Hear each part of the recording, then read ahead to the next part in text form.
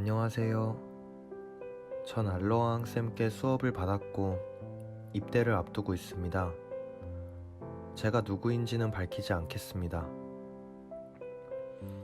대학을 다니면서 선생님 생각이 많이 났지만 죄송해서 찾아뵙지 못했습니다. 정말 20살이 되고 또 많은 사람들을 만날수록 선생님께서 해주셨던 말들이 더 와닿고 그때는 왜 그렇게 이기적으로 선생님을 힘들게 했는지 후회가 됩니다. 사랑받는 사람이 되어야 한다는 말씀과 늘 얘기해 주셨던 예의와 성실함이 그때는 부담스럽고 귀찮았는데 학교에 와서 동기들과 교수님들께서 어디서 배웠냐고 칭찬해 줄 때마다 더 선생님께 죄송하고 제가 나쁜 놈인 것 같습니다.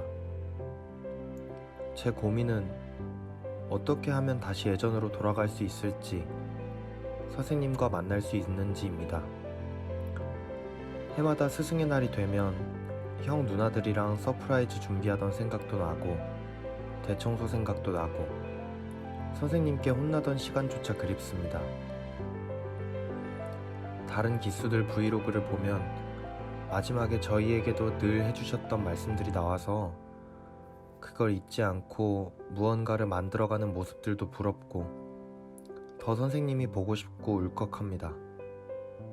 제가 휴가를 나와서 찾아가도 될지 스승의 날 용기를 내서 메일을 보냅니다. 많이 그리웠는데 이렇게라도 매주 선생님 목소리를 들을 수 있어서 좋습니다. 안녕하세요. 알로하 황쌤입니다. 저번 주 알로하 황쌤이 업로드 되지 않아서 개인적으로 아픈 건 아닌지 걱정을 해준 제자들이 많았는데요. 괜찮아요. 아프지 않아요. 댓글 달아주신 구독자분들도 감사합니다. 6월은 여러 관계에 대한 고민들을 함께 답을 찾아보는 시간이었는데요.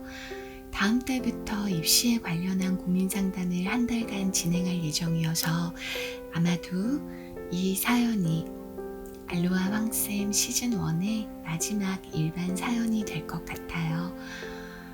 사실 이 사연은 5월 15일에 메일로 도착한 사연인데요. 예인 채널의 알로하 황쌤은 고민을 나눠주시는 많은 구독자분들과 함께 만들어가는 시간인데 너무 개인적인 고민에 답이 되지 않을까 생각이 들어서 처음에는 그냥 메일로 답을 보내드리려고 했어요.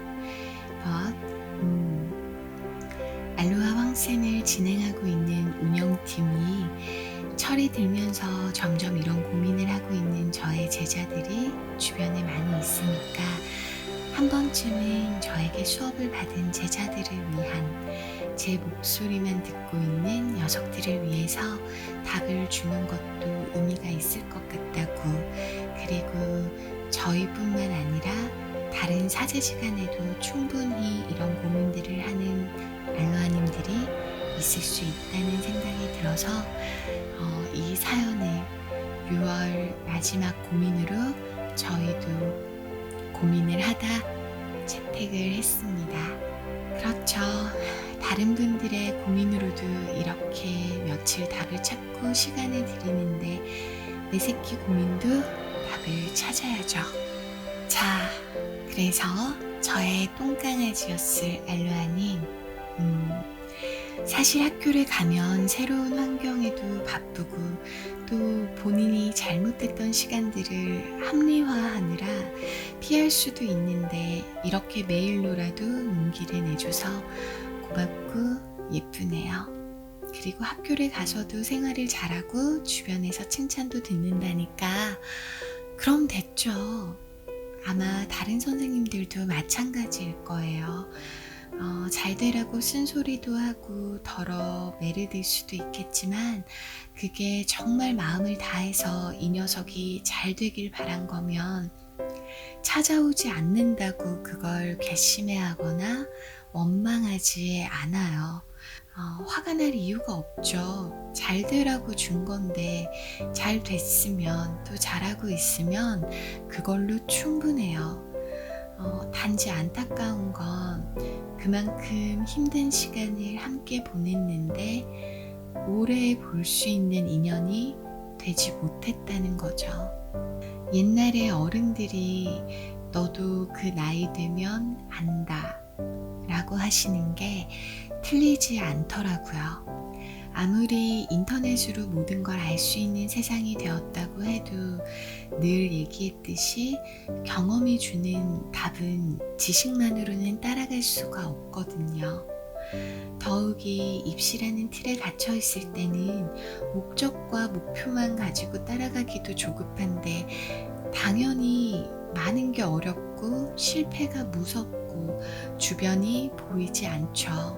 모든 게 수단이 되고 또 욕심에 눈이 가려서 중요한 10대의 마지막을 그냥 그렇게 흘려보낸다는 게 너무 안타까워서 해마다 결과에 당당한 과정을 보내라고 선택한 시간을 즐기라고 얘기를 하지만 선생님도 알아요.